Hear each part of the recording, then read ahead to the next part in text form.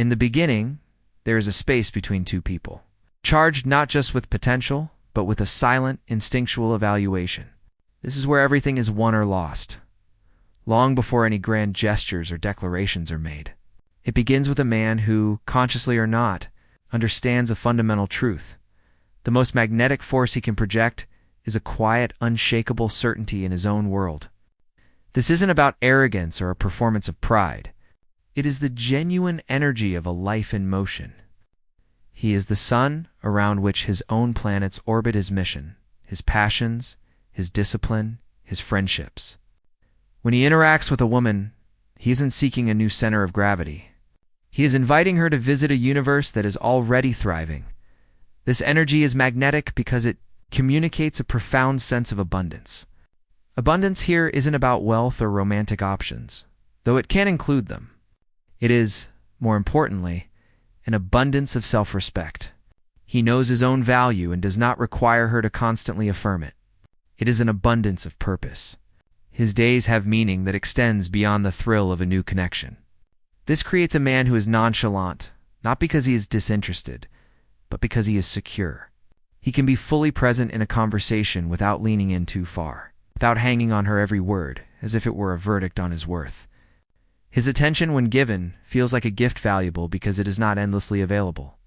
His silence is not punishment, but simply the natural state of a man focused on his own path.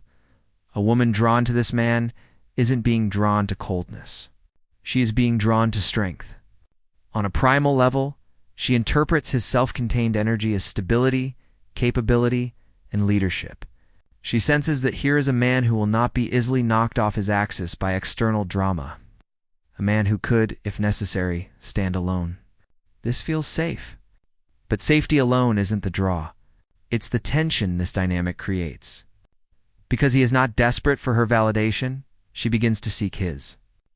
She wonders what he's thinking when he's quiet. She chases the warmth of his attention because she intuits it is earned, not freely given. She is not being played. She is being engaged in a dance where she has a role to play, an effort to make. This active participation is what fuels her emotional investment. She is not a passive recipient of affection, but an active participant in building a connection. And this makes the connection feel earned and valuable to her. The man himself is not manipulating this tension. He is simply being himself. He is the rock in the river, and the water her interest. Her emotions flows around him. He is not chasing the current. This creates a powerful polarity, his grounded. Masculine center naturally invites her feminine energy to engage, to wonder, and to invest.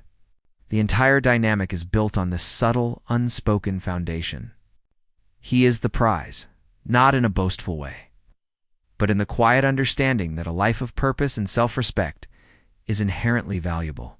And the woman, sensing this value, is compelled to see if she can earn a permanent place within that world, not as its son, but as a welcomed and cherished part of its constellation. The transition is rarely a conscious decision. It is a slow, insidious creep, a series of small compromises that feel, in the moment, like acts of love. It begins with a subtle shift in focus. The vibrant external world that once defined him, the mission, the gym, the friends, the solitary pursuits that fueled his spirit, begins to blur and lose its color. His internal compass, once calibrated to his own true north, starts to spin, its needle now pulled irresistibly toward her. He may not even notice it himself at first. The texts become more frequent, not because he has something vital to say, but because he seeks the small dopamine hit of her reply. He starts to schedule his days around the possibility of her presence. Leaving gaps in his calendar just in case, he begins to read into her tone, analyze the punctuation in her messages, and measure his own emotional state by the temperature of her affection. This is the crossing of the invisible line. The energy he once radiated, which was one of abundance and self-contained purpose, now leaks away, replaced by a new frequency, neediness. He is no longer giving from a place of overflow, but from a place of deficit. He is no longer the sun, generously sharing its light. He has become a planet, and his entire emotional climate is now dictated by her gravitational pull. What he believes is doing everything right, being attentive, available, and sacrificial is, in the silent language of instinct, broadcasting a desperate message: my world is no longer complete without you in it. This shift is felt by her not as flattery, but as a weight. The mystery that once made him intriguing evaporates under the harsh glare of his constant presence. She no longer has to wonder what he's doing or who he's with because he eagerly volunteers every detail, offering the blueprint to his life without her having to ask. The tension that once made the connection electric thrilling, uncertainty of where she stood, is replaced by the flat line of predictability. He has made himself a known quantity. His value, which she once had to work to uncover, is now laid bare at her feet, offered too easily and too completely.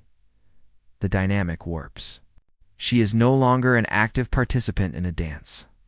She has been placed on a pedestal and asked to be an audience of one for a play entirely about her. This is not a position of power, but of burden. Deep down, she begins to feel the unconscious pressure of his dependency. She starts to wonder, if I have this much power over his happiness, what happens if I have a bad day? If I need to lean on him, will he be the rock, or will he crumble because my momentary weakness disrupts the constant validation he requires from me? This sparks a seed of doubt. The man she was drawn to appeared capable of leading. This new version seems to need constant direction and reassurance. The attraction doesn't fade in a moment of anger or conflict. It withers quietly in the suffocating atmosphere of excessive, unrestrained care. He believes he is building a fortress of love, but from her perspective, the walls are closing in. When the dynamic shifts from balanced to needy, it triggers a primal, instinctual response that operates far beneath the surface of conscious thought. This is not a matter of cruelty or calculated games. It is an ancient, hardwired programming geared toward survival and the selection of a capable partner. A woman's attraction is deeply intertwined with her perception of a man's strength and stability, as these traits have, throughout human history, been directly linked to protection and the survival of offspring. When you begin to care too much, you inadvertently send signals that directly contradict this fundamental requirement. Your constant availability, emotional reactivity, and willingness to abandon your own world are interpreted not as devotion, but as fragility. The backbone she sensed in you now appears flexible, willing to bend and contort for a scrap of her approval, and this fundamentally alters her perception of your capability to lead and protect. This is the precise moment when the unconscious tests begin. She may pull away slightly, become less responsive, or create small, seemingly unnecessary conflicts. It is crucial to understand that these are not conscious or malicious manipulations. They are instinctive probes, a way for her subconscious to answer a burning question. Is the strength I initially saw real, or was it a facade? She is testing the foundation. A man who is secure in himself will respond to this not with panic, but with a calm, unshakable steadiness. He will hold his frame, maintain his boundaries, and continue living his life, understanding that a temporary pullback is a natural rhythm. However, the man who cares too much reacts with instant alarm. He reads her distance as a catastrophic prelude to abandonment. He chases. He double texts, demanding to know what's wrong. He apologizes for offenses he didn't commit. He becomes overly sweet and accommodating, hoping to appease her and restore the previous level of affection. In doing so, he fails the test spectacularly. His desperate reaction confirms her deepest subconscious suspicion. He is not the rock. He is the tide entirely dependent on her moon. This is the point of no return, where the crucial transition occurs. Respect dies. It is not a dramatic, spoken verdict, but a quiet internal click. She looks at him and no longer sees a leader or an equal. She sees a subordinate, a man who has placed her above his own sovereignty. And once respect evaporates, it takes attraction with it. You cannot genuinely desire someone you do not respect. The intimacy may continue for a time out of habit or guilt, but the genuine magnetic pull is gone. The relationship becomes a hollow shell, He is often left bewildered, replaying his loving actions and unable to comprehend why they led to this coldness. He believes he was being devoted, but from her perspective, he was being dependent. He thought he was proving his love, but he was only proving his need. And in the economy of primal attraction, neediness is the currency of the weak, and weakness is the ultimate repellent.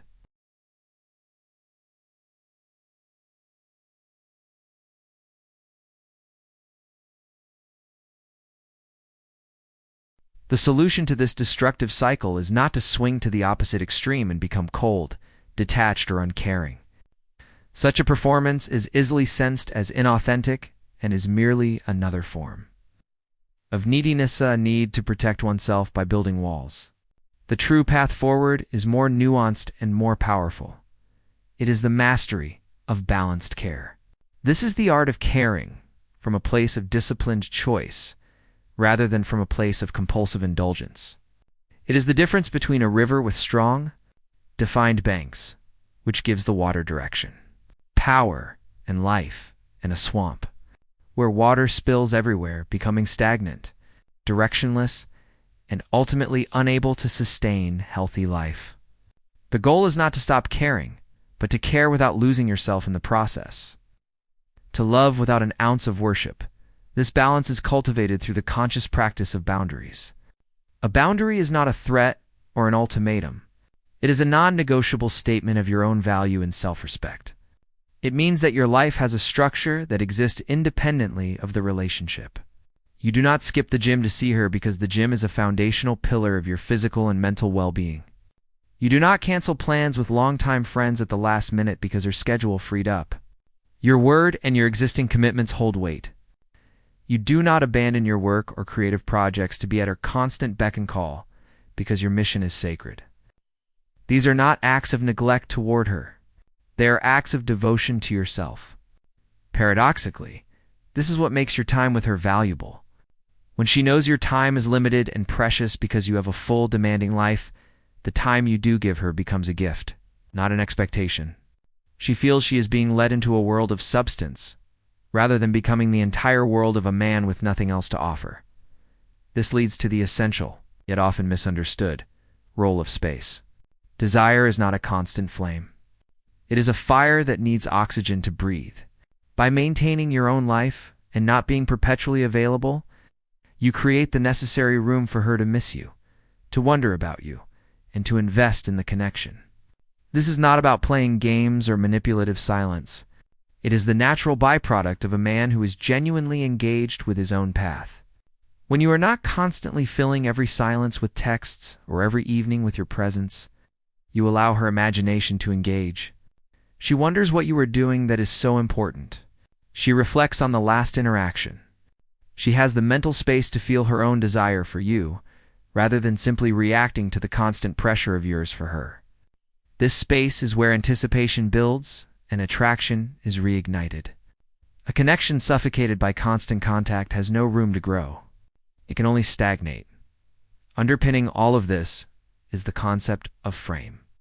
Your frame is the unshakable internal reality you hold about who you are and what you stand for. It is your emotional and psychological center of gravity. A man with a strong frame does not become reactive or desperate when his partner is upset, distant, or testing him. He can listen with empathy without adopting her anxiety as his own.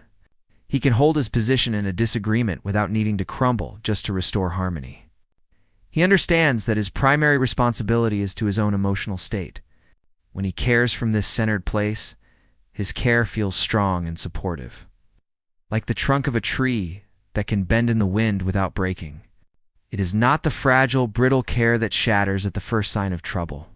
This is the ultimate communication of strength. It tells her, without a word, that her emotional storms will not capsize your ship, and that you are a safe harbor precisely because you are unshakable. Your care, when offered from this foundation of self-respect and discipline, is no longer seen as weakness. It is received as it was always intended, as a conscious, valuable, and powerful gift from a man who has so much to give precisely because he has never abandoned the source from which it all flows himself. The journey culminates not in a set of rules, but in a state of being to be embodied.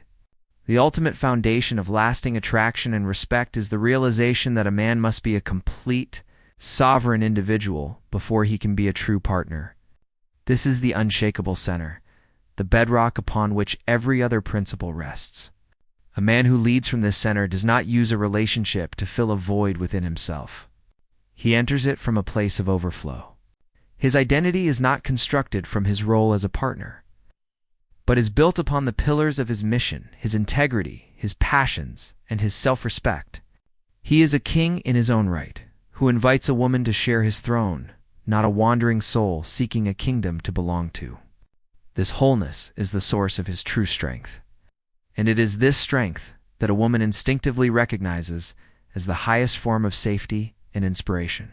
She is not looking for a man who will make her the center of his universe, but for a man whose universe is so compelling she desperately wants to be a part of it.